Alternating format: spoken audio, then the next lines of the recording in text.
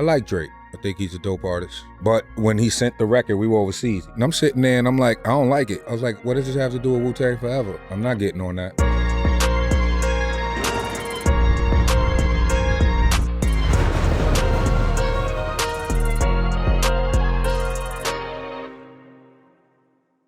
Yo, peace. Welcome back to 7 p.m. in Brooklyn. I'm Carmelo. Anthony here with my co-host. You know what it is? My name is Kazeem Famuyide. You could call me Kaz, and this is a Wave original presented by FanDuel, the official sports betting partner of the NBA. Guys, I gotta be honest. Usually I read like a really nice rundown of our guests. That's a fact. You know what I'm saying? But I don't know if it's because it's after Thanksgiving or the family vibes, whatever. Like, we just said, F it. We're just gonna fill up the couch today. Today on the show, welcoming back to the hook originally, was one of our greatest first season guests, the one and only Method Man, right? But JR pulled up. Salute. And we was like, you know what? Switch, do what he do. trying to come on the couch. He's like, fuck it. And that's where we at today, Melo. All right, so hold on. Let's give Meth his intro. Let's give it the proper intro that we was gonna do. And make sure it say Jets Fan Hall of Fame, because I ain't played football. Are y'all taking off? Okay, we kick it off with that. I'm a Jets fan. I'm a sad Jets fan with you, man. I'm with you in solidarity, brother. Yeah. Yo, so again, one of the sharpest pens in hip-hop, a founding member of one of the most important groups in music history, a man who shifted the sound in New York and then flipped it into a whole second career on screen, from Wu-Tang to Hollywood, and of course, Jets fan, a Hall of Famer. He's done it all and done it in his way. Melo, take it away, brother. Yes. So I'm going to give a shout out to the METHOD, man. Yeah. Welcome back to the hook. Yeah, appreciate back. you. Yes. Friend of the show. Yes, family. massive appreciation. One of my favorite Welcome episodes back. of the show, by the way. Absolutely. We're going to dive into the episode. I heard he had some some shit to say about what came after that. But then also, I get a call this morning from my brother. Yo, where you at? I said, I'm on my way to the studio. Send me the address. I'm pulling up. And now he's over here. And now we're here. So Switch is on the couch too, man. So we got the family here. We got the guys here. So it's a beautiful, beautiful show. We're going to have a beautiful show. But before we get into it, we got to pay respect to one of the GOATs, man, D'Angelo. Rest in peace. Yes. Y'all made some classics together. Yeah. Left and right. Break Up to Make Up. Yes, sir. Is there a moment or story from working with D'Angelo that stick with you? Well, I was always high as fuck. I ain't gonna lie. But the last fond memory I had was when we shot the video for Left and Right. It was surreal in there. It was like the lighting, everything, and everybody was dressed in this funky aphrodisiac Parliament Funkadelic kind of way. And, me and Redman kind of stood out like sore thumbs because we came up in there with the shit we had on yesterday kind of shit, you know what I mean? But the vibe was so dope. It was just that neo-soul shit was resonating out of the walls. And then we had to go perform at the Tunnel, and it was the worst performance we ever had that night. But the video shoot was dope. D always been a cool cat. Even when you spoke to him, it's just something regal about the brother. Respect to him, and my condolences to his family. Indeed. Yeah, man. D'Angelo, I feel like, talking about the last time you were on this episode and on this podcast, that was somebody that I, was a big fan of. And you think of musicians, people who did everything, as far as like writing your own songs, like playing instruments, like real musical genius. I feel like when he passed away, going back and listening to your old catalog and songs you made together, like it really like brought it all together for me, just as a fan person. It's good to sleep in peace, man. Sleep in peace, of course. But like we usually start the podcast, we got to start it off one more time with the Connect. So we're going back to the hook. You know what I mean? Both of y'all are highly requested, highly commented on, highly just enjoyable first time guests at 7 p.m. Absolutely. So having y'all both here at the same time is probably like some de facto viewer's choice. So in honor of that, we're going to do the Connect this way, all right? Melo just went into the Basketball Hall of Fame this past summer. You know what I'm saying? Hall of Famer. Plant that in. Overdue. Meth, you were inducted into the New York Jets Fan Hall of Fame. Hall of Fame. That was an honor. Man, look, bucket Yeah. list shit. You're Yeah. word. So talk to me a little bit about that, man. Like we heard so much about Melo's Hall of Fame Right. run, but I want to hear about yours. I didn't know they had one until until it happened, to be honest. And I'm just being honest. I've been a Jet fan since I was 8 years old. I'm a Long Island kid, so shout out to Hempstead. Yeah. I be checking on the IG and shit. Hempstead don't be getting enough love and shit. That is the sixth borough, you ask me, and shit. Long Island, I mean, as a whole. Anyway. Wait, love for Staten Island? No love for Staten I Island? love Staten Island. Staten Island is the foundation for me, brother. Okay, but I got to shout out Long Island because that's where I grew up at and I was born there. Of course. You know, I'm not born in New York City. Mm-hmm. I'm born in Long Island. And Long Island Proud of it. Proud of it, too. Big Jets fans over there. Yes, and that's where I was leading to because the Jets was ours. You know, they played at Shea Stadium, you know, and just all that shit in proximity to Long Island. And then, you know, just the years of being mediocre, but staying a fan because, one, I love the team wholeheartedly. And two, is something about that green and white. Green, my favorite color. Yeah. You know, and I'm going to fly that flag till I can't fly it no more. Talk to him. So when they had me for the Hall of Fame, like I said, bucket list shit that I didn't even know was on the bucket list. And it just felt great to be a part of something that I've invested in since I was a child. I got to tell you, Meth, as a Jets fan, like lifelong, as bad as this season has been for the Jets, I promise you, the little good fortune we've had turned around when you was up there with the camera. Like Max P came home. You know what I mean? You own those photos? You own those images? I don't think NFL own them. There's an NFL job. I got hired and fired. That DEI shit. You know what I'm talking about? But, yo, I mean... I can't take credit for those. Those are superior athletes. I cannot take credit for. Listen, you are a Jets fan. You know how hard it is, right? I put the credit on Coach Glenn. 3 games since you came to shoot photos at Well, MetLife. Coach Glenn is a great coach. Let's just say that. That's why they got those 3 games. And plus, you know, our defense has been. They've had to deal with a lot, and for them to still show up every day is a great thing. I've always been our quarterback now. I've always been a fan of my dude and shit. Yeah, of course. Yeah. And I remember showing up to a game and I asked him if he was starting that day and he was like, you never know. But Aaron had started that game and shit. And I was like, soon come, brother. And, you know, he kind of was like, all right.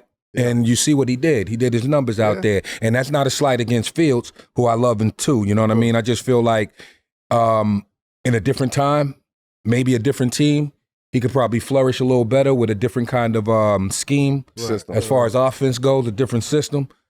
But right now, Tyrod Taylor, he did an excellent job in that last game, and I want to see what lies in the future. Because he's reliable. Absolutely. You took the words right out. Yeah, he's an all reliable. Like, you know, no matter what happens with any quarterback, you can plug and play with Tyrod. So you're a Jets fan too, ain't you?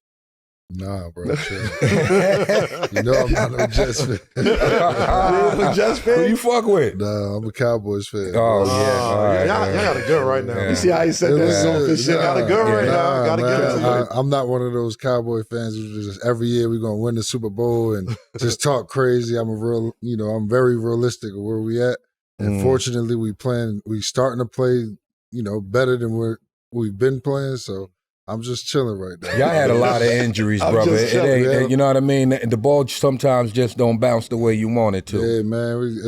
But it's a lot of Cowboys fans is real chill, right? They chilling right now. They chilling. They ain't as loud as they used to be, man, though. because it's hard because, obviously there's a lot of expectations when you're a Cowboys fan. Right. So, and a lot of our, runs that we did have and going to playoff games, whether it be a call or a drop pass or something like that, it's always been like a really heartbreaking moment. And then we haven't had a chance for a minute. But we've had good teams. I disagree. Y'all had some chances. You see how a Cowboy fan explain y'all done made it. Y'all was right there on the cusp, and then some fooly wanger happened, and then it's just over. Yeah, that's what I'm saying. Right. You can't even enjoy them playing well right now because you feel like any moment I think the Cowboys are a good team, bro. And this is coming from a Jet fan. I think the Cowboys are a good team, but injuries and things like that happen, man, and you just got to be able to adjust. Some teams are great at it, some teams are good at it, and some teams just aren't prepared. Mm-hmm. See, but right now, you got a Jet on. You got Quentin Williams too, so you know. Yeah, circle it back. Got Williams, but he's hurt now. He got hurt. Which I'm saying, he's hurt. Right. The key to our thing right now is we got 2 people to worry about as far as wide receivers and young boys really running the ball well. We're not turning the ball over, so we're not giving the other team too many chances. So we're putting up points. But at the same time, when we got that new defensive line and our secondary start clicking, because a lot of the times it takes time. It looked crazy, bro. They look like Spider-Man memes in the defensive backfield sometimes, bro. And it's just like, so if the fans is frustrated, you can imagine how frustrated those players are. I got you. Yes, sir. I got you. That was George Pickens, though. George Pickens going crazy. George Pickens going nuts over there. Let's shift to music real quick, Meth. Music, Wu-Tang Clan just finished their last North American tour, the Final Chamber tour. Yeah. You know what I got to ask you, bro? What's that? Like, is this really it? Like, you really... You never know. I mean, I when RZA put that spin on it, a lot of us scratched our heads. Okay. We were wondering what was going on. But for me, optimistically thinking, I think it's a great setup for the reunion tour. I mean, why not? You gotta see, right? You got to see all these great acts going on tour and doing well, and not be like, Brandy and Monica are out right now. Well, it's a want for this nostalgia. I think it's a big want for nostalgia and a lot of I don't know. I don't know what it is, but it seems like these things go in cycles. Yeah. And we're having our moment right now, and I just want to relish in the moment. Yeah. Word. Every artist I talk to, they like, touring is where the money is at right now. Like, being out there is where the money is at right now if you're doing any sort of music. And it feels like every big tour I hear about is like not artists from this era. It's like artists from like 90s. You had Nicki went out on her tour. I think she was one of the highest grossing tours. Yep. Let's not forget Queen Beyonce went out on her joint. Mm-hmm. And it's a few of them out there, but I get what you're saying as far as artists that have been in the business, established artists 20 with plus, catalog. 15 plus years. Yeah. And like I said, it's that nostalgia. Once that shit comes back around, I mean, like, if you're smart, you take advantage of the moment. Absolutely. Right. If not, you just sit on the couch and then, you just reminisce about shit and not do nothing about it, But we were in a great space before the final tour came up because we had just did a residency in Vegas, which went really we was there. Well. I was there. Yep. One thing about Wu-Tang is we have great walk-up numbers. Now, the numbers may not reflect pre-sale, but the walk-up numbers are always great. Same thing with me and Redman, and I think a lot of that has to do with the type of show we put on. Yeah. I was even impressed with the brothers when I saw the show. Because when they went on the initial New York State of Mind tour with Nas, I wasn't on the tour. I was shooting a movie. Right. And I had a day off. I remember flying to Canada for the TIFF, Toronto International Film Festival. And on the way back to Columbia, I stopped in New York to do the Prudential show. And I was watching the show and I was like, when did niggas get this shit? I go backstage and I'm like, wait a minute, y'all got lockers and shit? Wait, what's going on here? We ain't never had no shit like this. This is some real, live, professional shit. Yeah. So I was excited after that and shit. As soon as that motherfucking movie was over, I didn't even go home. I went and joined the tour. Straight to the tour. Yeah, we was in Vegas. When I came to the show in Vegas. Salute. And anybody that missed that residency, you missed a hell of a show, man. Fact. It was intimate. Yeah. It was in the right size theater. Yeah. The band was rocking. The visuals, the storytelling. Yeah. And you really felt like whoa. Like, the synchronization that amongst the group, everybody being back, everybody doing their thing. It was great to see. Yeah, it was great. It was great to see. That's real rock star shit though. Like when you gotta tell people you're gonna retire, tell people it's the last tour, and then every couple of years when people want it. That's the bind of RZA, man. That motherfucker a genius. Still to this day, So you know a film is coming there. Yeah. You know. Yeah, it has to. It has to. It's definitely going to come. He's working on the film. They was doing footage for the whole shit, so I want to see what he do with it and shit. Hey, he a clever motherfucker. Man. We got the Monopoly game now. They sold out. I found out about it just like y'all did. Shit sold out. Oh, wait, you had no idea about it? I mean, I don't go in the group chats. You gotta understand. That should be like boom, boom, boom. Who leads y'all group chat though? Like everybody got to say so. Okay. You know, but mostly Reef be in there because Reef is he pretty much on that. I love my brother. Peace to Reef. What's up, brother? Salam Aki. When you think back to the early days, right? What gave y'all that confidence to rep Staten Island, like to the world, like and really plant that flag the way that y'all did? We was already doing it from age 13 up. You know, everybody knew each other, and we used to do these tapes and shit. It was like Friday when most people was partying in the city. A lot of us was at Riz's house because he made beats. You know, it was an outlet for us. Something that started in the staircase took flight in Riz's house, and then we brought it to the stage, which is, now that I think about it, it's kind of crazy and shit because we had no intention of doing it professionally. That's it was a just full something we cipher loved to right do. there. You know what I mean? That's a cipher. And from these tapes, you know, the God had an epiphany. Again, like I said, he's a genius. Mm-hmm. He had already been in the music business. He had his run. And what transpired was we knew who RZA was. So when the first single came out, we kind of scratched our heads like, who this nigga? Right. Because it didn't speak to who he really was, Right, you know? right. And I'm thinking the label had a lot of influence on the pick of that record and him being who he is, smart individual, thinking, well, this is the label. They should know what they're doing. They sell records all the fucking time. So fuck it, we'll go with this single. Didn't fit his repertoire. So in his mind, if I do get another shot at it, I'm definitely doing it my way. Yeah. Right. And it resonated because we got one of the most original deals you've ever seen in your fucking life. We signed as a group with an option to sign as solo artists. You know, and unheard of. Yeah. Now, here's the catch. And I've said this before. When you have that many individuals in one group, I mean, the obvious choice is you want to be able to branch out and do your own thing because that's a lot of mouths to feed. Mm-hmm. Here's the catch. Loud could match the deal coming from other labels, or they cannot. Then we can go with these other labels. And they chose, you know, certain people got to go, other Geffen, Dirty with Electra, myself at Def Jam. And in lights of all this shit happening, we had these labels working together for our cause. Incredible. That's never going to be done again. That's 3D chess right there. That's man. never going to be done again. I feel like a big reason for that, though, is aside from the music being incredible and what it was, I think y'all were really one of the first rap groups, not first rap groups, but definitely one of the biggest rap groups to really understand branding and really understand like how much that Wu logo meant, no matter what artist was coming out. Like, if I was growing up and I never really listened to Ghost, but he's on Ray's tape and I'm a fan of Ray, just seeing that logo on the album, or just seeing that logo is going to make me a fan, or at least pique my interest. Right. And I think if I'm a label, being able to separate that is like probably something that they figured out wasn't beneficial for future artists to do and copy, right? Like it felt like you kind of got one over on them. And they learned, they're like, hey, man, we can't. RZA figured it out. We can't. It was more. He had a plan. With that logo and shit. That thing took a life of its own. Allah Math did a logo for him. I mean, at the end of the day, we had templates before we even got to that point because Naughty by Nature, don't forget they had Naughty Wear. It was and something else, I forgot what it was. I mean, even April Walker Wear, all the ilk like that, you know? So branding, hip hop was learning in steps. It was still young.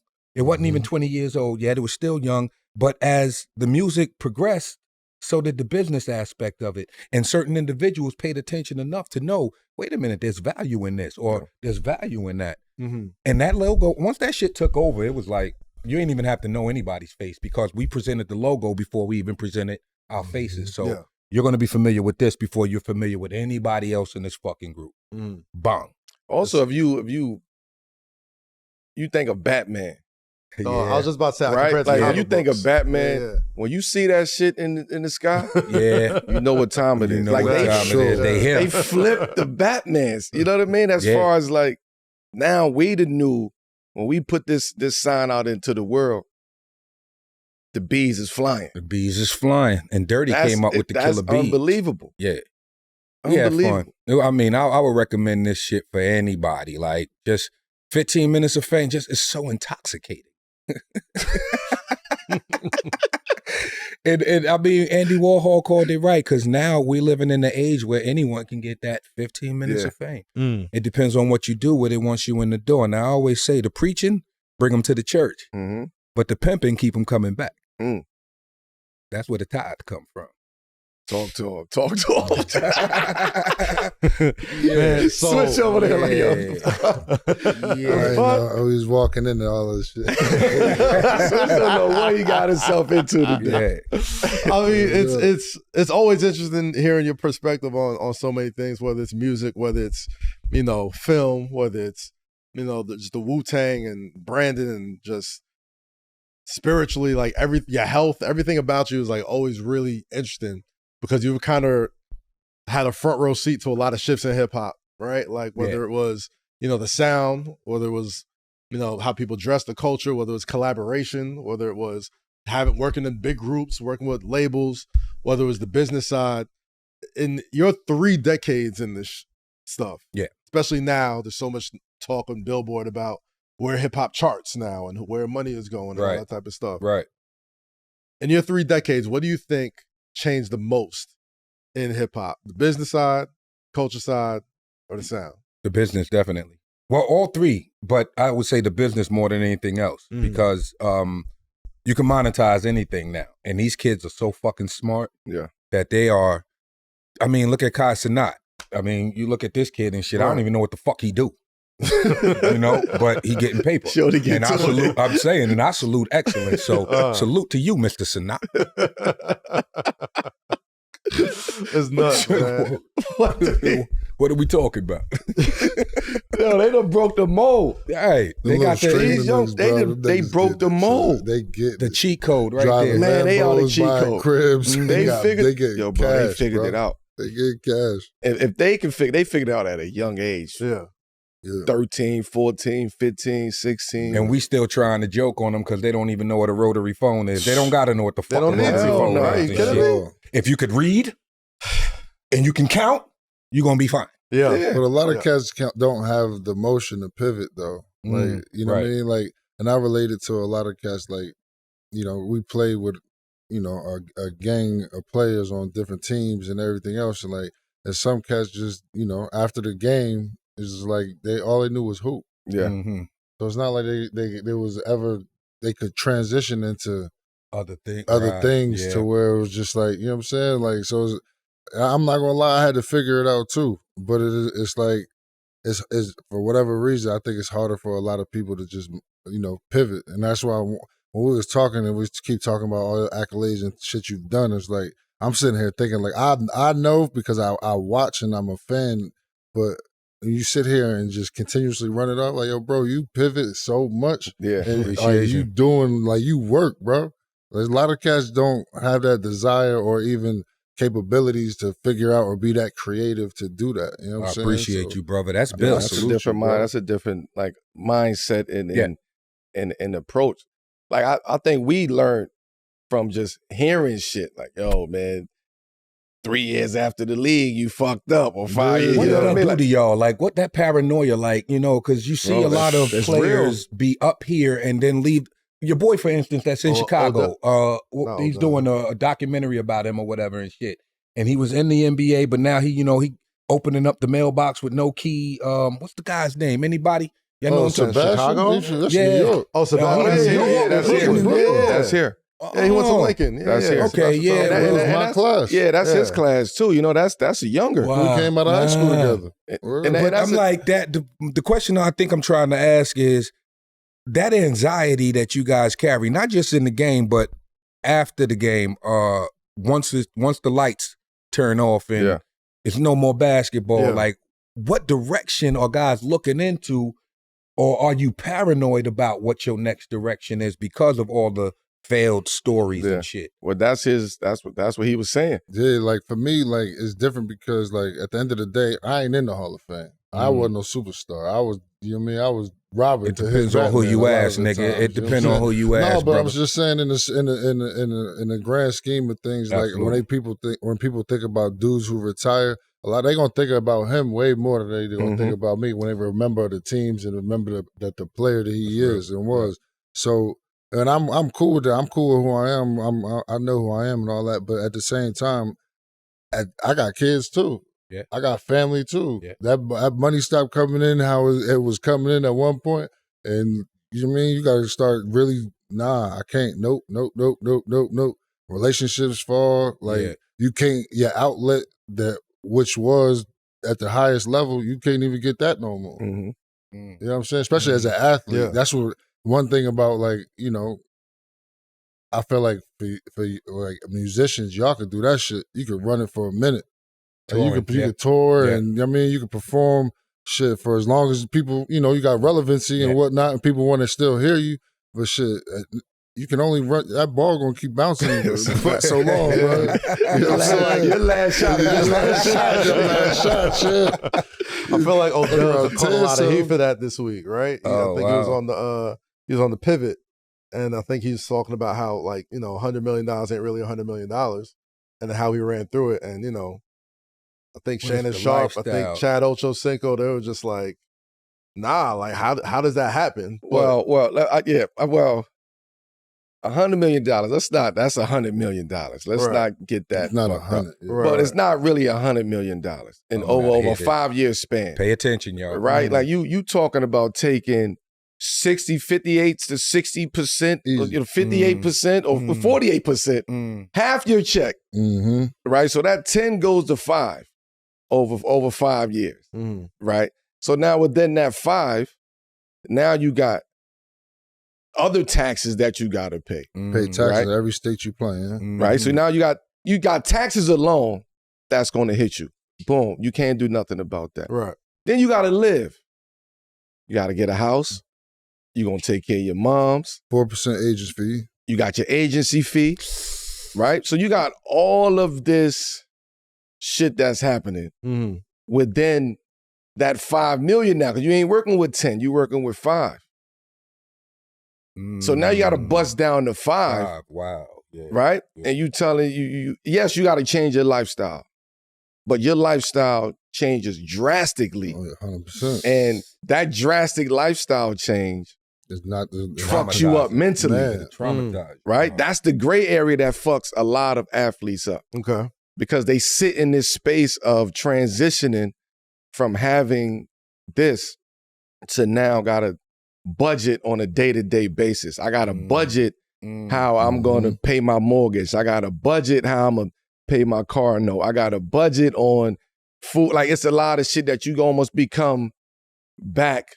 You got to come back to reality now. Right. Because now you ain't got the bread. You got to be honest. Modest and honest. You got to live up with yourself. Yes. And you got to be willing to accept that. So I feel what Odell is saying. You know, years ago, Spreewell said, I can't live off $7 million a year. Remember that? Thought he was crazy. People thought he was crazy. Yeah. It's not crazy because everything is relevancy, right? If you're going to live this, if you here and you live in this lifestyle over 5-7 years, 100 million is not 100 million. You're not even seeing 50 of that million at all. Crazy. Right? So it's a lot of shit that comes into play with that. Now, if you fuck that up, well, that other half, yeah. I was about you know to what I say, mean? You fuck whatever that is up. That's on. That to what happened with Bassie, you know what I mean? And the way that's happening. I with Bassie, I just don't like that nobody is reaching out or saying, yo, come on, let's talk, let's chop it up, because we a fraternity. Like how and you're not gonna fuck with everybody. My joint is like, how is he not like as somebody like running somebody's camp, or like, you know, Adidas ain't paying him to be like, you know, that's the relationship. Okay. And this is why he's feeling that way probably. Yo, Adidas, I was the face of your brand at 15 years old. Right. Like I played in the league now. I got pension now. You know what I mean? I got almost 10 years in the league, or 10 years in the league. So I did what I was supposed to do. Right? From high school, as a high school phenom, a little kid, family, basketball royalty. You made it out of that, and you did 10 years in the NBA. You had a career. Right. So now on the flip side of that, everybody has their moments when they down, but nobody is really, people that was next to him and really rocking with him and fucking with him. Right. That's the sad reality of this shit. But that question why would have to be asked to him. Yeah. That would have to be. And a lot of it is it's self-indulging. Like it's self-sabotaging. Like we self-sabotage ourselves. From the outside looking in, it feels like, from the outside looking in, it looks like as an athlete, you have to feel like the ego has to take a check before we self-sabotage ourselves as an athlete. Right. We just that's what we do. Right. We self-sabotage. We our biggest critics. We our biggest hater. So that's why when you hear athlete, anybody say, man, fuck them niggas. We don't care about what they say. They really don't. We really don't, because you ain't gonna say nothing that's gonna hurt me more than how I already feel about a certain situation. That's great. Yeah. That's a fact. You get what I'm saying? So I just hope this situation, Bassy being able to open up and really, I think tell he his made story. a pivot. Yeah. I think he made a pivot. So now he realized, okay, and he made mistakes. Or he put himself in a lot of situations. The video joint he's putting. He put himself in a lot of situations. Yeah. But now the pivot comes now. Because you ain't gonna stay in that position forever. Yeah. I hope people salute could to that brother, man. Oh, absolutely. For you, bro. Word. Absolutely. Like I hope it's used as a positive thing. Like I think a generation before, like they saw ESPN 30 for 30 broke, and they were just like, I'll never want to. That was like a cautionary tale. I hope they can use this as another cautionary tale. You want them younger players to have that anxiety then, so they'll prepare for the worst. So to answer your question, that anxiety is real, because most guys, and I know in basketball, you got 2 hours of your day, 2-3 hours of your day. Yeah. After that, you got the rest of the day to do whatever the fuck you want to do. And nobody is on you saying, yo, Meth, don't do that. Yo, Meth, don't go there. Yo, Meth, don't, like, nobody. So you on your own at 19, 20. Man. Yeah. You out there with the sharks. About that part, yeah. Man, bro, I came out of high school, bro. I went from literally like homeroom and kicking it with the homies to going to practice for 2 hours, and then the rest of the day do what you want to do with a pocket full of cash. And you talking about high school? High school, like literally just. Yeah. I went from literally like I forgot. I was listening to somebody said I went from like literally like $200. Luckily, like because my pops he was getting. I think a Chris little Paul bit. said or something like that. Yeah, right? like I went from like 200 to like 10,000 whenever I wanted to at the bank. Like whenever, just bro, that shit was life changing, bro. That shit was weird. That shit is a culture shock. That's why I always get mad social anxiety being in them parties and shit with all them rich motherfuckers. I'll be like. I know, there's a reason I'm there, so I know I belong there, but it's just uncomfortable. Like that they just don't feel like my people. Yeah. I know I earned mine. I'm not sure about everybody else in the room or how they got it, and I'm not concerned with that, but I feel uncomfortable a lot. I feel that. I feel like all three of you can really relate to having to be your authentic selves in spaces that aren't necessarily built for y'all. You know what it feel like? I'm gonna tell you, to be honest. You ever seen like them old back in the day Renaissance, like when they had the white wigs and the makeup and the shit on their face, and everybody had them handkerchiefs to cover their nose because everybody in that bitch stunk? Yeah, like them old Quaker oatmeal looking motherfuckers. That kind of shit. It's like everybody in there stink, but they got the perfume scarves to mask the scent, and we all in here acting now. And the fact that I'm in there, I'm part of the foolie wang, or I'm part of the shenanigans. You know what I mean? Knowing what you know. Knowing what I know. You shenan once, you will shenan again. Trust me. You know what I mean? What are we talking about? But we go look today. We go tweak our 7 p.m. moment a bit. You've been in this game for decades and seen every shift. Yeah. But Hollywood is in the wild place right now. Like the business is tightening, like AI is creeping in, and the economics are definitely changing fast. Yeah. Like how are you navigating this moment? And should artists be worried about the future? I'm not sure. I'm not sure because I'm still not fully aware of what AI is. I know what it does, but I'm not fully aware of what it is or how far it can go. As far as the business go, people are going to work, regardless to whether it's in Hollywood or independently, because they genuinely love the sport as a reference. For the love of the game. Yeah. But Hollywood is all a numbers game. And it got even weirder when it became a social media thing because they're more interested in how many followers you have as opposed to how much talent you got. That happens a lot. But when we're talking about numbers, the thing with shooting in certain areas, a lot of times they're shooting in Atlanta or no one really shoots in California anymore. Right. It's like certain things are still being shot there, but not like it used to be. Again, Atlanta, you got places in New York, Jersey is starting to come around, 50 in Shreveport. Yeah. The last movie I shot was in Toronto. I'm about to say, I seen you at the airport in Vancouver. Yes, sir. And then you look at Marvel. Well, you say you ran into each other at the airport? Yeah. We was on the same flight. What was that about? Nigga said you acting bougie, nigga. I thought Swish was acting real bougie up in the motherfucking. No. We was both on our best behavior because you got to understand when we sitting on that plane, we representing the whole goddamn. We ain't representing the ancestors. There you go. Same thing you just said. Mostly Vancouver too, but like we coming from like where it's all them to obviously where it's us. Just us. It's just like we gotta be And we came separately, so they might think we working and traveling together. Like, what they got going on? Yeah. Like I said, the slave master was very busy. I don't know that nigga over there. I don't know that nigga. I've crossed paths at the family reunion yet? Like y'all too? But you ever had that moment where there's two black people in first class, and then the white person you want to sit next to your friend? I don't even know that motherfucker. What? You guys flying together? You guys flying? No, I don't even know that nigga, man.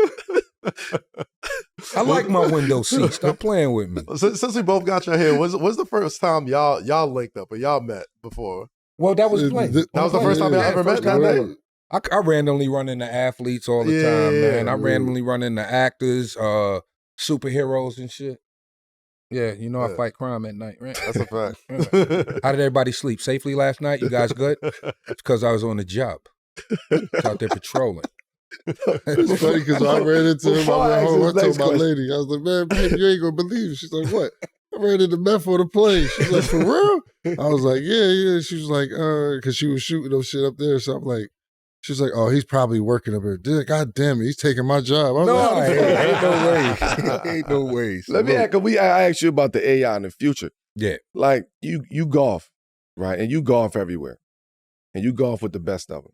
How do you see AI and technology like either helping or hindering the sport? Is it better for the sport of golf? I think it can be good for the game of golf. I don't really see the hindrance of it because at the end of the day, an actual human gonna have to hit the shot unless you take it to like a video game or something like that. So I don't think it can really hurt the game in any kind of way. I feel like with artists and stuff is different because you're taking like the image and likeness from you know what I mean, and creating something. That's our brand. So that's our brand, and that's our brand. Like in golf, I think it's like you just got to see the actual person hit the golf shot. So I don't really see how it could really hurt. It's only a positive. You know what I it mean? It only only can help. Positive. It can only because help. if I can get an AI model robot right here to teach me how to swing a fucking, I'm a use that, right? Because they're gonna be right and exact. They're not gonna be fucked. The numbers ain't gonna be off. It's calculated. Absolutely. It's already set in stone. But it feels like it's always built to sort of like outsmart each other. So like after you teach yourself the perfect swing, then like that teaches itself to something be better than that. Yeah. So you always striving for something else. Right. There was some weird stuff I seen on that Instagram shit again, but it was more or less saying 50 to 75 years from now, everyone will have an AI robot in their houses. Yeah. People will live well past 100 years old, and the world will be at least 30 to 40% less populated. Yeah, but they starting that now. They starting that now, right? They starting to depopulate. Right. They doing some shit out there. Right. I feel like for you musically though, it's kind of like, if you were to poll a bunch of rap fans, like favorite guest feature rapper, most collaborated guest feature rapper, they'd say like, Wayne. you be high on that list though. I appreciate that. Thank you, brother. I feel like AI or just the practice of just being in the studio with somebody and just collaborate with somebody in real life is so lost now. Do you kind of feel that when you listen to nobody really there's the rare moments where people are in the studio together when they collab on shit, because now it's more or less like, yo, I got this joint. You want to get on it? I'm going to send it to you. And you write to it and you go in your own studio, record it, send them the stems. But I don't know where AI fits in at. My only thing of AI is that movie 2001 Space Odyssey, when they told Hal to do something and he was like, I don't think I can do that. Because it developed its own intelligence separate from what they were doing. Right. Now, if we talking about that kind of shit happening, it's like, yeah, I'm gonna have a problem with that. I mean, it's levels. Yeah, it's levels to the AI shit. Like you have this shit like artists to be able to take your name, image, likeness, voice, to take your voice, right, without you even being there, and put that on the track. And sometimes that shit sound better than the actual human. Nigga, I seen Michael Jackson steal a cheeseburger from somebody and run on video. That shit look real as fuck. Solar videos? Yeah, there you go. Those shit. Bro. I'm like, blasphemy. That's scary for like, I see why the music industry. That's scary. That's cool. You know, and unbelievable. I'm with the AI shit, man. I'm with Westworld. You know what I mean? I'm with all that shit. You want the upgrades. You want to walk around like Tony Stark. It's about to be Terminator out there. In the Matrix, who looking at the future. I'm going down. Yeah, I'm going down. I'm going down that path to just whatever happens, it happens. See, I don't want to be stuck here, and I don't want to be Yeah. You know why? Because we've been stuck here for so long, and we know what this is.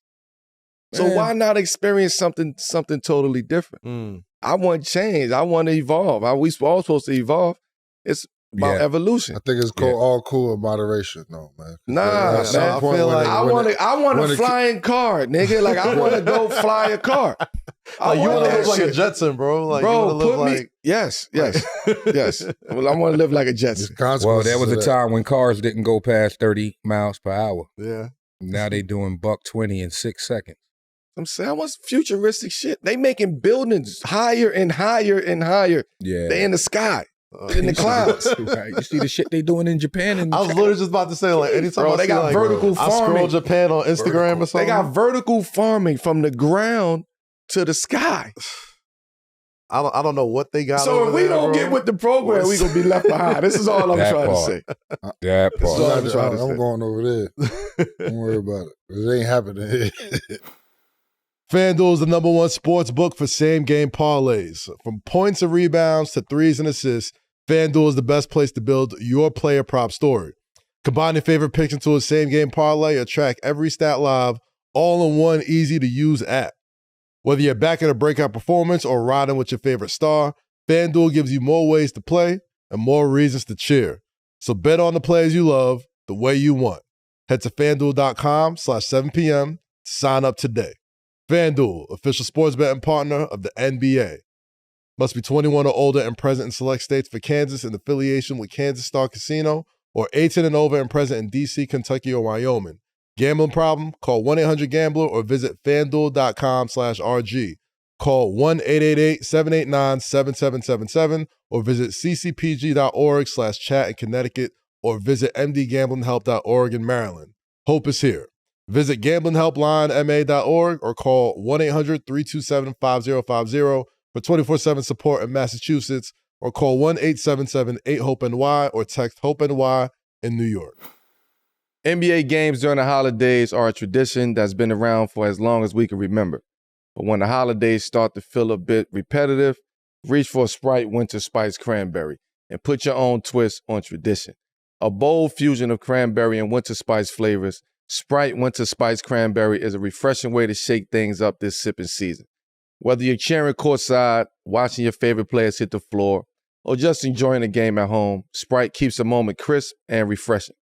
Winter Spice Cranberry is a perfect drink to have on hand this season, but move fast, it's only here for a limited time. Anticipation and excitement are always high this time of the year, especially with the NBA season heating up. Every game, every highlight, every rivalry is back in full swing. So match that energy with an ice-cold Sprite. Don't miss out on this limited offer and give your holidays a fresh new vibe with Sprite's bold Winter Spice Cranberry. So, Sprite, obey your thirst.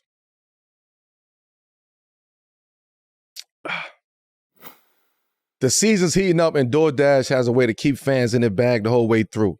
Whether you're watching for the highlights or your favorite player, DoorDash makes it even more fun to be a fan this season. As somebody who always added new moves to his game, we all know players have their bags. But with DoorDash, fans have one too. NBA stress is real, trust me. And if you need some emotional therapy, just hit up DoorDash. They'll bring you anything from fries to a face mask. It's not just about what happens on the court. If your favorite player hits the tunnel with some fresh sneakers, no worries. You can shop fits and kicks right on DoorDash. From tip-off to OT, stay in your bag and order on DoorDash. Order on DoorDash to stay in your bag. Get snacks, drinks, and gear delivered, whatever gets you through the season. DoorDash in your bag all season long. You know, we talk about longevity in careers, longevity in songs and stuff like that. Like a recently turned anniversary was Nothing Was the Same by Drake. Mm-hmm. And on that album, they had Wu-Tang Forever, right? That's a song that right. a lot of people have debated about for a long time. Right. There was rumors there was a Wu-Tang version with all you guys on it. Yeah. We never really got your reaction when you first heard that record. And, you know. I like Drake. Yeah. You know, I like Drake. I think he's a dope artist. He puts out some great music, obviously, or else he wouldn't be as big as he is. Mm-hmm. But when he sent the record, we were overseas. He did send the record. And, you know, certain brothers was trying to write to it and shit, and I'm sitting there and I'm like, I don't like it. I didn't like I was like, what does this have to do with Wu-Tang Forever? And I'm not questioning his artistic ability or anything. I'm just saying, for my taste, I was more or less like, I'm not getting on that. Feels like a lot of artists at that, especially at that time, it wouldn't, you know, turn down the opportunity to be on a record that big. Well, no one knew it was going to be that big. No one knew it was going to be that big. I mean, as far as a big artist, you know, when you become jaded when you've been in the business for a long time. So, especially for me, y'all. Right. So for me, it's like big artists are nah. If I'm not feeling it, I'm just not going to do it. Okay. All right. That makes a lot of sense. Yes, sir. And real quick, the movie I shot in Canada was a movie called Relationship Goals. Yeah. Myself and Kelly Rowland. I had a blast shooting that. Kelly is a phenomenal actress. She is a multi-talented person, man. Very, very good at what she does. She's on fire right now. Yeah, she I was is. about to say she's back on tour too. She's on that tour. Yeah, looking fantastic. Speaking of Toronto. So, you know, let's talk a little bit more about Relationship Goals, man. Yeah. You know, this Kelly's icon in her own right, yes, man. She is. Like, I'd love to just hear more about what it was like working with her in that movie. And well, Kelly is all about positive affirmation. So, you know, sometimes we talk about things and we say things and we don't really say it with the intention of putting ourselves down. It's just, you know, something. And she would always be like, no. You are going to do it. Not if you can do it. You are going to do it. That kind of thing. Kelly she's just an all-around dope individual, man. And every day on set, it's good when you and your co-star or the lead of the movie and you have intimate conversations and things in the movie, but you gel before you even touch the screen, before you even shoot a fucking scene. And she's very easy to talk to, very easy to get along with. And salute to her and her husband, Tim, man, because I met him prior to when I was supposed to shoot. And he kind of, you know, it kind of made me feel a bit more comfortable. Let's just say that. Yeah. I mean, that's a hell of a movie. I'm looking forward to seeing that movie. Respect. Like, I'm more Kelly, though, like, as far as taking my hat off to her, because she's been doing this for years. Like, and times where a lot of people has been like, come on, Kelly, like, come on, Kels, like, step out there. Come on, give me more, give us more. She always played her part, her position, her role in whatever her world was. Like, she was still her in her world. But when it came to everybody else, she always had to play a position, right? So she was an ultimate team player. And then to see her stay with it and stay with it and stay with it, where a lot of people fall by the wayside. You get tired. You know, you get, I don't want to do this no more. You're going to force your way to go be in the forefront. She went through it. Yeah. She went through what everybody had to say, good or bad. Yeah. She had to find out who she really was, what she really wanted to do. And now she's blossoming right now. Movies, music. Like, she's on fire right now. I mean, you know, I've been seeing her from afar, but she's on fire right now. So women like that, anybody who puts that work in and stay consistent with what they doing and stay focused on their goals. Yes. Like you gotta commend them when it comes to that. Shout out to Kelly. Shout out to Sam. Absolutely. Do you gotta laugh at it now, especially given how far y'all have come, especially back in the day with the Destiny's Child comments and No, you know what? She brought it up to me because I wasn't gonna bring that shit up. You know what I mean? That shit was over after I said it. Do you remember exactly? That shit was over after I said it. I wasn't gonna bring that up, but she brought it up to me. And the funny thing is, I didn't even know I would say this shit. But she's like, I don't remember.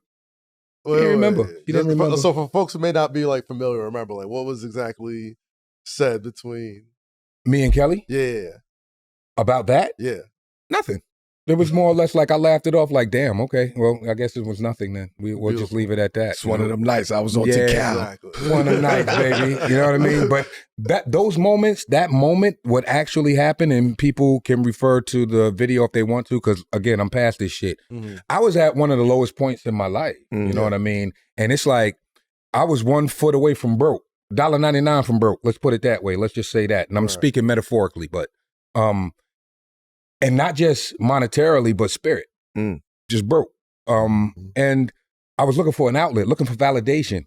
And to not get it in any moment, I would have felt it didn't have to be them or anyone else. It could have been anybody. But to not get that validation in that moment, it was a man lashing out at the wrong person when he should have brought that shit to himself and said, you need to fix something within yourself, brother. That's real. And I'm still fixing, you know? I have a lot of things that I'm still dealing with because I'm doing a memoir now. So there's a lot of memories that have been flooding back into my mind about my childhood. And I've come to the conclusion that, yes, I do suffer from PTSD. This is where my anxiety comes from and my depression that I've been dealing with for years. I just didn't have a name for it when it was happening, you know? But as a grown man and, again, reflecting, I see it because of the feeling, not because I'm diagnosing myself. No, it's the feeling I felt when these memories came back. And it was like, oh, shit, I get it.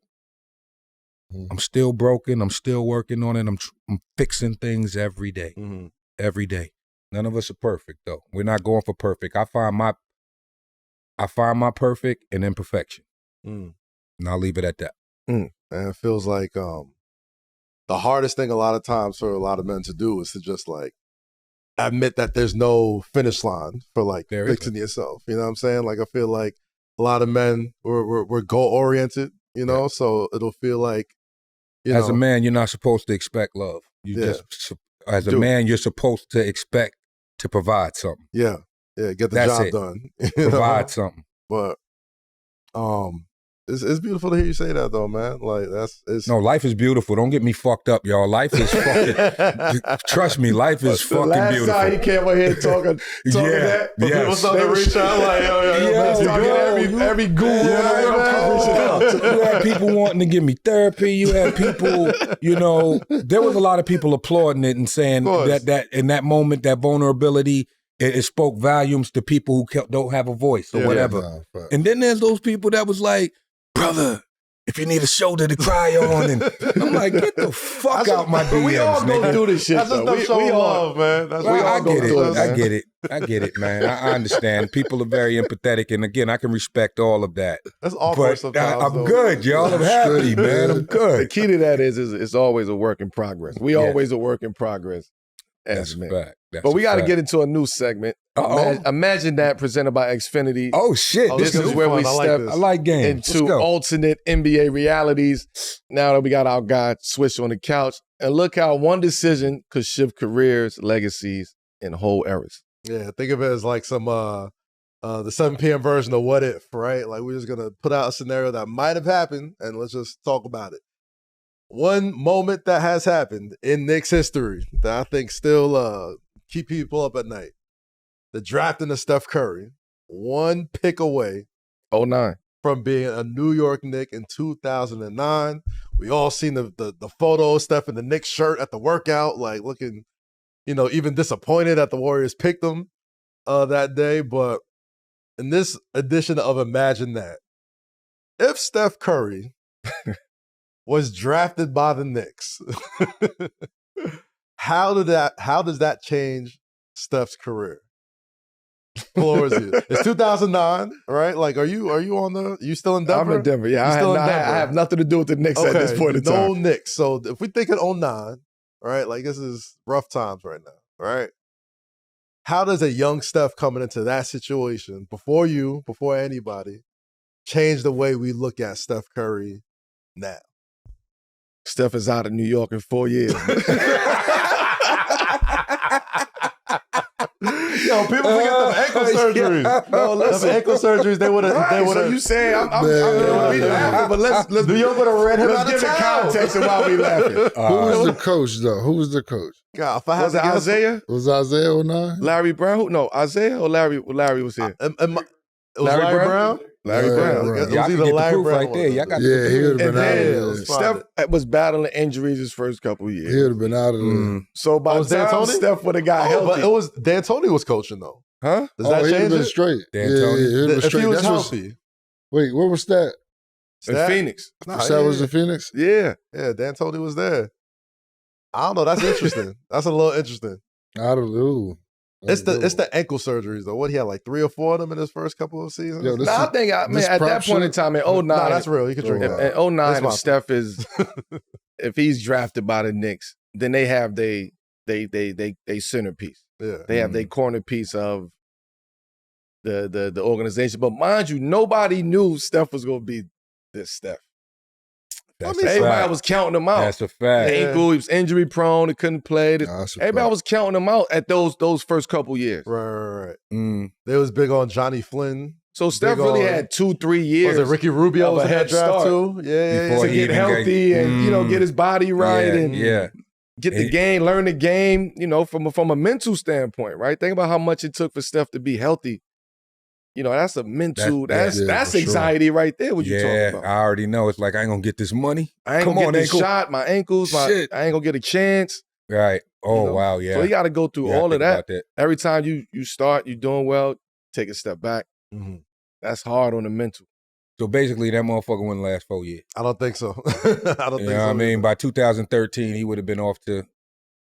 No, by that time, we here now. About to say, wait a minute. All right, so move. All right, so like By Wait a that minute. time, 11, man, that's Steph only is trying 2 to get years healthy. before. It's only 2 years Mm. before. So let's continue the imaginary game. Steph gets healthy. Yeah, You sign to the Knicks. yeah. You come over a year later, year or two later. You, Steph. He would have came with me Okay. when I came at that point in time. Okay. All right. Man. He I wouldn't think have y'all would waited. have had a deep run or just took the whole chip. Of course, With y'all. I mean, Amari, Nah, okay. Stat was here. Amari was here. Steph could conceivably still be on a rookie deal. There, He was. right? So that works, right? So they'd have went and got Amari. Stat, you, and young Steph, whose ankle is still kind of like we're not sure about it yet. He's not superstar Steph yet. How does But that then work? we Hold get- up. he But coming then we off get the through on the that. start. We missing something. What are we Tyson? missing? No, we missing something. Who's running the show? That's the question I'm asking. That's why I'm like, yo, The coach? What does it look like? No. on the floor. What does it look like? Upstairs. That's what we talking about. I'm talking about who's upstairs. Who's running Smart. the team? That plays a big Is Phil part. running the team? Fucking in Who's 2021? Who's running the Phil team? not there yet. Phil not Fucking there. smart. You So is smart. it Scott Perry? Grunwald? Donnie Walsh. Donnie Walsh. Donnie Walsh. Donnie Walsh. We won in the championship with I'm Donnie rolling Walsh. with We won in the chip with Donnie There Walsh. it is. We won in the There chip it with is. Donnie Damn. Walsh. So Yeah. Steph is getting a fucking championship Because his that's who first, probably what, wanted 2 Steph. years in the league. Imagine that. Donnie bro. probably wanted Steph. At 09, he probably wanted Steph. Well, there's no question they Donnie wanted him. Walsh Right? won. Just went, No question. okay. Yeah, 'cause you Pacers got put the D'Antoni. Pacers together. What other teams Donnie Walsh put together before in New York? It was that. All I know is Donnie had a plan when I got here. That's the only shit I know. What was the Next. difference? What was it? I gotta keep asking that. What was the difference between Donnie and Phil? Like when you first got. Don't I ask have me, Donnie. nigga. I don't know. Oh I no, don't I'm know shit. asking. You gotta ask Swish. I ain't have Donnie.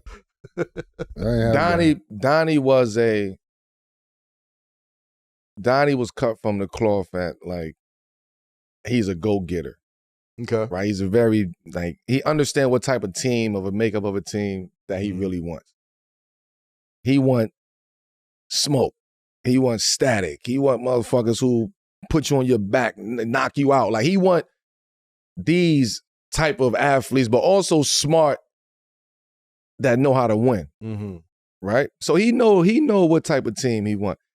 Phil's team was more triangle. He knew the triangle. He knew what pieces that he needed in the triangle. Right. But he got the wrong pieces for the triangle. You get what I'm saying? So you need system people for that? You need system. You need a system guard. You need a big that can post up. You need a wing like a Kobe or MJ, somebody who, an ISO guy. You need somebody. And then you need a Tony Kukoc, Lamar Odom. You need one of those type of guys. You need a glue guy. Right? So the difference was Iguodala. Phil was, he was trying to teach it as a president. Okay. Yeah. Whereas Donnie, he wasn't. He just gonna sit back and let the coach do what they do. Too. Man, I just feel like that. Two different systems, two different thought process. You see Indiana with Larry Bird teams. Yep.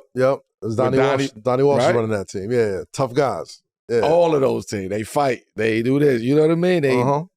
They tough. That's when he had Street. Steven Jackson, Jermaine O'Neal, Jamal Tinsley. Jack. Meta World Peace. You know what I'm saying? How do you have a team with all them niggas on the team? Like, don't think nothing is gonna happen. Okay, I see the vision. Let me let's switch. Imagine that to hip hop. So Meth, question I got for you: what if Wu-Tang had dropped their debut album in 2025 instead of 1993? Sonically, it would have sounded trash, but it would have changed the game. The music would still be dope. That's just how I feel. I'm biased, but sonically, the way it sounded, I think it would have sounded trash by big standards, but Underground would have loved the shit out that shit. MF Doom vibes off top. Griselda, that type. I think musically is timeless because you still see the influence in those guys like the Griseldas, like the sample. No, it fits the music. I'm just saying the way it was recorded. It sounds like it was recorded. It was gritty. Like the vocals was done in the closet with the Papa Stopper, but the Papa Stopper is actually a hanger that they made into a circle, and then they put a stocking over the shit. Bang. Oh, that's the genius of. That's crazy. There's genius in brokenness. That's how they recorded that song. That's real shit. That's and it sounds better than the $1 million studio. Appreciation. You know what I mean? Because of age. Because of the age. But I think the vibe would definitely still be there, whether it was 2025 or 1993. You know what I'm saying? Let me add on to that question. Okay. The energy that you guys came with, right? If you coming with that energy right now at 25, we'd have to fix some of them rhymes though. I ain't no way I'm problematic saying rhymes in there. Nigga, I ain't saying shit about Peter Pan and none of that shit. That Method Man was off the hook, boy. That shit had a lot of little shit today. There's a couple skits in there that I don't think aged the best. Yeah, there would have been a lot of pause on it. Pause, nigga. Listen, you go back to a lot of old hip hop albums. A lot of part of the lefts on there. A lot of part of the lefts on there. Big was never mind. Big was he was a repeat offender. For real. Repeat offender. You know what I mean? Which had Sign of the Times, man, Sign of the Times. I think Ghost pretty much shut all that Paul shit down on the Supreme Clientele 2 album.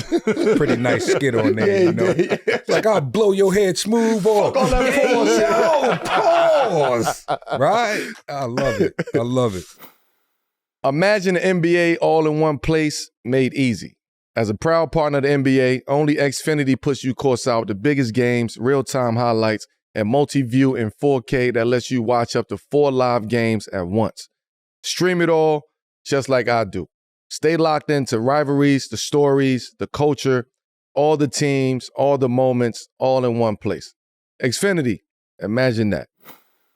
Thank you to Ro for sponsoring this video. I'm not a real Ro Sparks user, but I'm excited to tell you what this is all about. It's football season, so channel that winning touchdown feeling. Ro Sparks can make sexual satisfaction feel like you just won the Super Bowl. Ro Sparks are a 2-in-1 prescription treatment for guys who want harder and more controlled erections. They hit the bloodstream fast because they dissolve under the tongue, and getting hard fast means there's less waiting to perform. After Ro Sparks dissolves, they work in 15 minutes on average. That's fast. 15 minutes is crazy. That's crazy. Plus, Ro Sparks dual action formula stays active in your system up to 36 hours. so you could be ready the morning after. Row connects you guys with a medical provider 100% online, and if approved, treatment ships directly to the door. If prescribed, new sexual health patients get $15 off their first order of Sparks on a recurring plan. Connect with a provider at row.co/7pm to find out if prescription Row Sparks are right for you. That's ro.co/7pm for $15 off your first order. All right, but more than that, right? I'll say like one thing I don't really see a lot more now than I did back then is there's not a ton of just rap crews anymore. You know what I mean? Like there's not just like, yo, these are 9, 10 dudes all from the same neighborhood, all from that know each other from childhood and just want to put music together. How do you think, successful too. Successfully too. How do you think, in your opinion, people, gravitate to that in this day and age than they would have back Well, I'm then? looking at Coast Contra right now. That's a group. They're so dope. They're pretty dope. Yeah. Pretty fucking dope. But Shout out. if you're really looking at the game and you observing, a lot of collabs going on. Yeah. Artists are collabing together and shit. And I'm just excited to see where this shit goes. When Jada and Fab collabed, I was excited like it was Christmas and shit. Yeah. Like, yo, they're gonna kill that shit. Two of my favorites right there. You know what I mean? Yeah. And the album lived up to its name. Yeah. Absolutely. So, myself and Havoc is also combined on some shit. I'm thinking that of course there's going to be another group that's pretty impactful. I mean, before we came, we had Stetsasonic, PE. I don't want to keep going on and on, but yeah, it's always going to, these things always come back around and shit, but will it have the same impact Wu-Tang had? Never. Right. That movement that's a movement that's solidified what it meant to be, not even just, it was grounded. Yeah. Let's just say that. What it meant to be grounded and have your ear really to the street. Whether it was the slang, the way we dressed up. First shit they used to say about us in our first 2 years was, them Wu-Tang niggas is dirty. Yeah. Niggas ain't had no money. What the fuck? What we supposed to wear, nigga? You want to know what else, though? The majority of the niggas that you see in your hood look just like us. Yeah, that's a fact. All right, then. And that's what made y'all so relatable, too. Appreciation. They also had Everybody, knowledge you of know what I self. mean? Knowledge of self. And course. That stood for everything. everything. Talk about it. That's Yes, When sir. you and Red doing music still? Like y'all, Yeah. But collab? me and Red is like Red. I love Red Man's journey right now, man. Like he's such an incredible fucking person. What Red does is Red will focus. He's an Aries, so he'll focus on something, and it's just that. It's just that. So this man made a decision to not only cut back on weed, but to enlighten himself spiritually and physically. He's jumping out of airplanes. Oh, no. Airplanes. He's certified now. It's like he takes trips to overseas to do shows and shit like that, but he sets away a day that he could bring his equipment and jump out of a fucking plane. He jumped out of helicopters. He found his piece. So much. And it's like to see my brother where he's at, because we came from the trenches and there was a lot of wild shit going on. Melo was there. But there was a lot of wild shit going on and shit. So to see that progression and to see that, not just the progression, but to look at him and see that he's genuinely happy. Yeah. That shit warms my motherfucking heart. I love that nigga.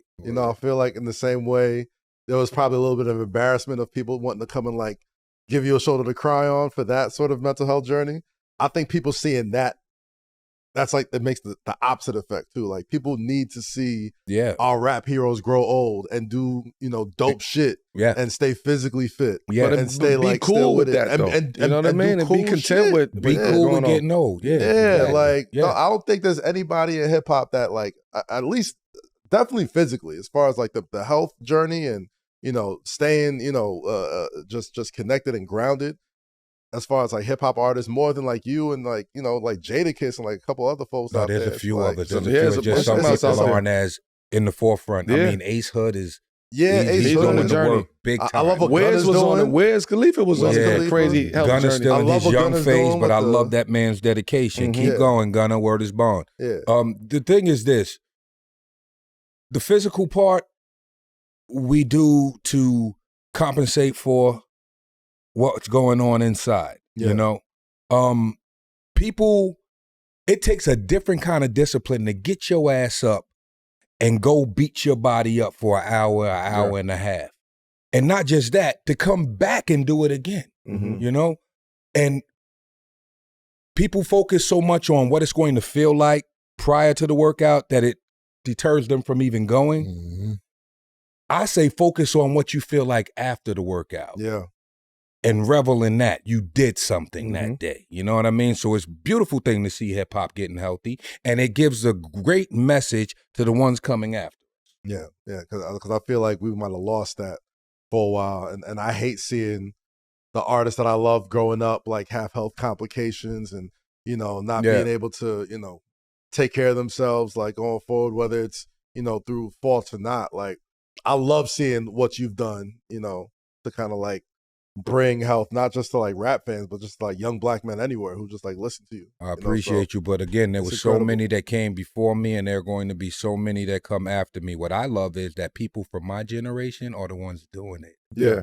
Seeing a lot of us in there just because that's important. Y'all, niggas is getting old, man. Niggas getting older. Yeah. And doing it at a high level. Yeah. Crazy. Nostalgia would never die. Talk about it. Would never die. With that being said, did y'all see Magazine Dreams? I did see Magazine Dreams. See that?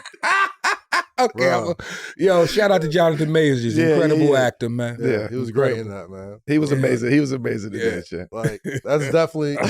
Can you relate to that movie, though, as far as... What, Magazine Dreams? Yeah, no. He said, by the way. Like, by the way. But that man, when it comes to acting, you have actors and you have actors. Yeah. That's the way I like to put it. And that man is an actor. He has levels. He's passionate. Definitely has levels. Very passionate. You've all been in like a competitive line of work. You know what I mean? Either basketball players, actors, artists. No. Well, yeah. You know what? There's all but a not level in of the sense competitiveness. that you think. We don't compete. I mean, we compete for roles, yes, but it's not a competition, or you don't approach it as a competition. You approach it as wanting to better yourself. Well, it's more or less you've got an opportunity to play. Okay. That's how you look at it. Okay. Mm-hmm. But damn, I lost my train of thought, so I'm gonna leave that shit alone. No, I was about to ask, like, do you approach acting? Do you approach acting in the way that an athlete does competitively? Okay, competitively, competing for role. Well, this talk about Jonathan Majors being the actor in a scene. You know what I mean? In a scene, you compete as far as you're fighting for what your goal is, and the person in the scene with you is fighting for what their goal is. Mm-hmm. And because they call it a scene objective. When you're in a scene and it's like, what is this scene saying and what do you want? Whatever it is that you want in that scene, you got to fight for that shit with all of your being. And you want the person across from you to do the same fucking thing. Yeah. Your goals may be different, but the confrontation is real because you're fighting for something. It's real to you. It's like you're trying to attain something in that moment. So yes, they are competing. Denzel Washington and Russell Crowe in American Gangster. Incredible. Just sitting at their table, they were having fun, whether people knew it or not. They were having fun, but it was that underlying thing. They're both fighting for that objective. Right. And it resonates if you watch it again and you see the call, the response. And the thing about acting is listen. It doesn't even have to deal with the words or any, just listen. And you'll get a genuine reaction most of the time. And if there's something you don't understand, you use a substitute or you find some familiarity somewhere and build on that. That's doing the work. That's how you prosper. But yeah, we compete. Niggas compete, man. Speaking of Jonathan Majors, last time you were here, you showed a lot of love to Michael B. Jordan. Facts. Watching what he and Ryan Coogler have built and are building. How do you see that opening up for the black space? Yo, they were mad at Ryan Coogler, not just for black space, but for the deal he got. Yeah. I don't really understand all the schematics of it, but from what I hear, it's more or less like after a certain amount of years, he owns all of that shit. Yeah.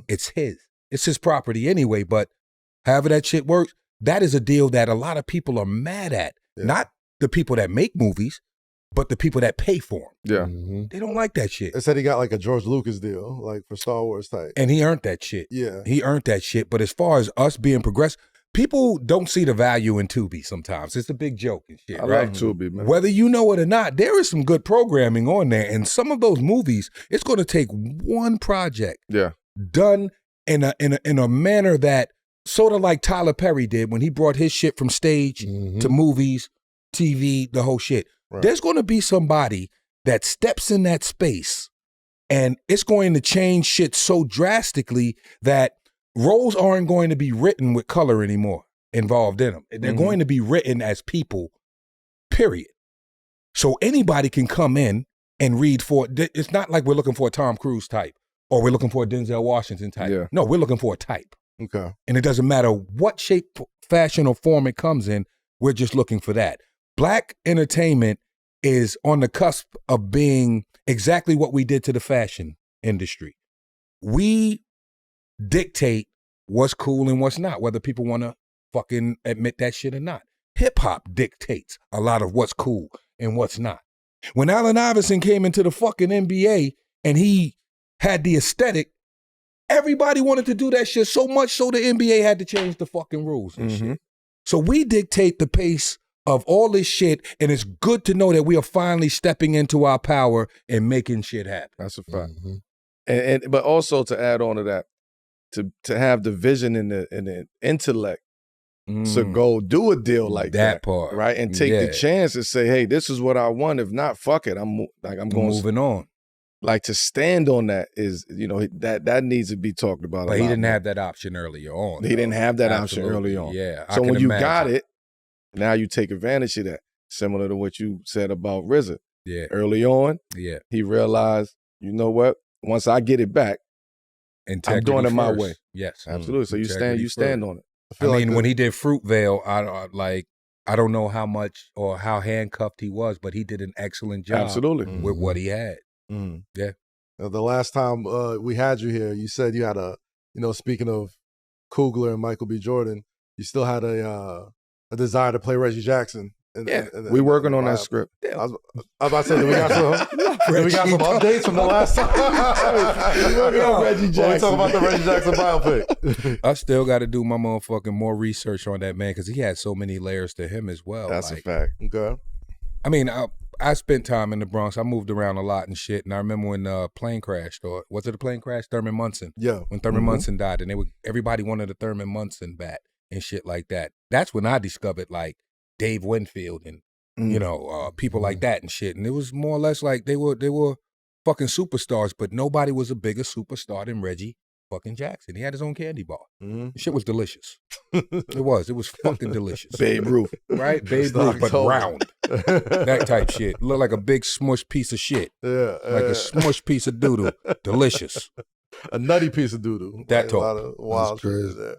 But we got to see that come to fruition, man. Is it maybe Tubi got to call us up and kind of check us out. Fuck it, we put that shit on Tubi. Shout out to Tubi. Shout out to Tubi. Shout out to All Black. Shout out to a lot of these platforms that don't get their just due, that are putting out great material but just aren't getting the accolades that they deserve. Yeah. Shout out to Diarra from Detroit. I recently shot a few episodes of that. If you guys aren't up on that, check it out. I believe it's on BET. It might be on BET or on. Just go on fucking Amazon. It'll pop up and shit. Put Diarra from Detroit. Get the Prime Video joint. You know what I mean? Check that out. That first season was phenomenal. It pops right in. Yes. But, yes. You know what time it is though, man. America. Yeah. It's time for America's #1 segment. You know what it is. What is it? It's called Fuck With It or Fuck Out of Here. This is what we, you already know how the game goes, man. If you already know how it goes, JR, you've been here a bunch of times. Let's not waste no time. This is his famous saying to it. Let me switch my pants, man. I don't like the way my pants. You good? Shit trash. Not fucking with the pant drop right now. You good? All right, baby. Let's go. I might be the first. There you go. Ooh. Oh, like my pants dropping on here, low. I must be the first fuck with it or fuck out of here fit adjustment. Yeah, you in show history. Let's go. So we good. Let's talk about it. JR, your Cowboys celebrated on field in a very unique way following their win on Thanksgiving. It was a big win for them. Yo, let's check it out. Paul, was that CeeDee Lamb? What I'm saying, man. All right, lots of turkey being moved. Okay, hey, yo. Yeah. What? He was fisting the turkey, though. Fisting the turkey, and that's wild. Not for nothing, you went on Thanksgiving, you kind of got to do that. Oh, look, you kind of got to do that. That turkey be cold as a motherfucker. Man, break me the wing off, man. JR, what'd you say? Fuck out of here. Switch embarrassed, man. It's crazy. You don't like your team doing that? Celebrate that bro, way? it's crazy, They're your boy. boys. It's Thanksgiving. Bro, I got kids, bro. You think I'm out here doing, man? My daughter just never respect me, bro. Hey, son, imagine wanting somebody on one of your teams fist the turkey, talking about his switch. Yeah, all right, bro.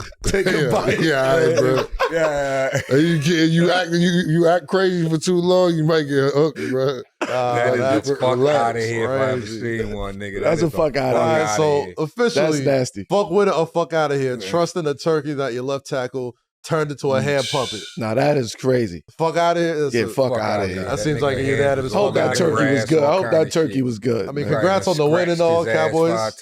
Appreciate it. I mean, that's all we had to do. Was Your win, hand was bro. in the You know, grass You the ain't whole supposed to eat game. out another man's hand any fucking Crazy. way, man. The fuck is That's that, man? nuts.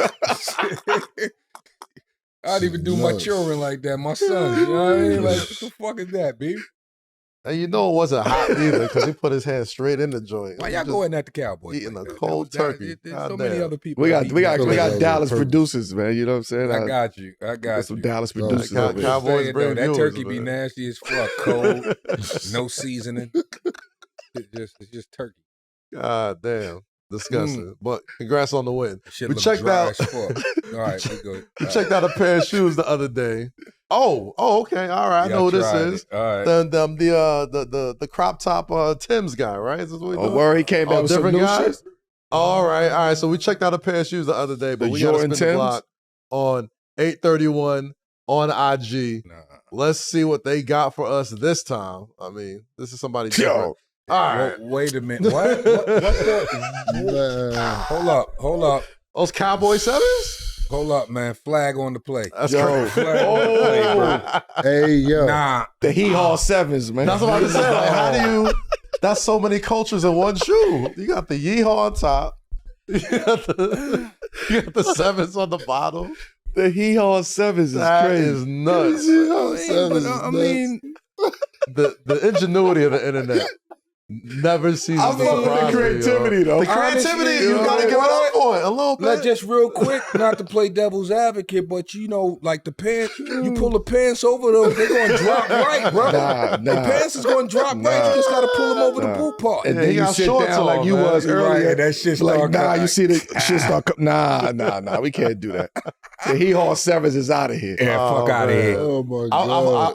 I low-key fuck with the creativity, though. I fuck with the stitching. Man, Being able to put that yo, get together. the fuck out of here, bro. The crafty work. The Hee-Haw Incredible. Sevens, bro. All right, shit, so fuck out of here. to close us out, the man Cayenne turned up the post game last night when Syracuse upset Tennessee. He was tweaking. Ooh, was Kyle tweaking? Yeah, Was Kyle tweaking? I love it though. I just want to say, let me hold this. Yo, I just want to say, this is the best shooter in the country right now. Let's go, nephew. I just want to say, yo, listen. This is the best Word of my shooter dead in the bro. country. Word of my dead bro. And where's Will Kyle at?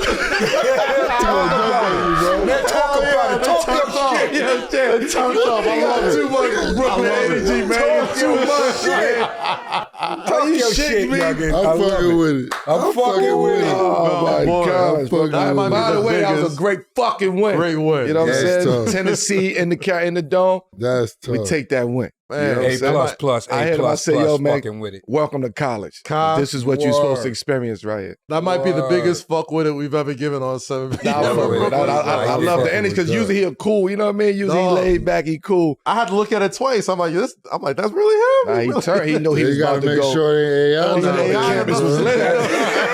He know the campus was lit after that. That's Oh my God. Yeah. He definitely got an A+ teammate grade after Nah, that. man, I love it, man. Shout out to the Souped it Q's up, boys, yeah. man. Let's go. But listen, man, this was unorthodox today, man.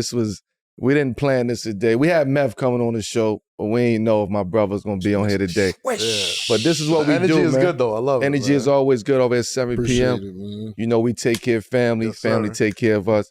Meth, you know, I appreciate you coming back to the. You know what to it the- is. Oh, yes. My guy, No. thanks for FaceTiming me at 7:30 in the morning. Talk about Where you at? My bad. Welcome to the show, man. We appreciate y'all, man. Cash, close us out, Cash. You already know this is 7 p.m. in Brooklyn, a Wave original presented by FanDuel. You know what to do. Subscribe to the YouTube, get on the podcast channels. Shout out to everybody if we're on your Spotify Wrapped. We appreciate y'all. Make sure you like, rate, and review. All that good stuff. Do they really bid on the color of the Gatorade and shit like that? Absolutely. Okay, so if I know the time that a person gonna be on stage at halftime, let's say I got an inside source and I bet on them. Finish your outro. You going to jail. You know what? We Don't even kid with that right now. We out of here. For the Hall of Famer Carmelo Anthony, for the legendary Method Man, the one and only J.R. Smith, I'm Kazeem Famuyide. We're not doing that. What are we talking about? Welcome to the Smith. This is the Smith show today, man. Talk about it. The Smithsonian, nigga. The Smithsonian. Smithsonian. We out. Peace.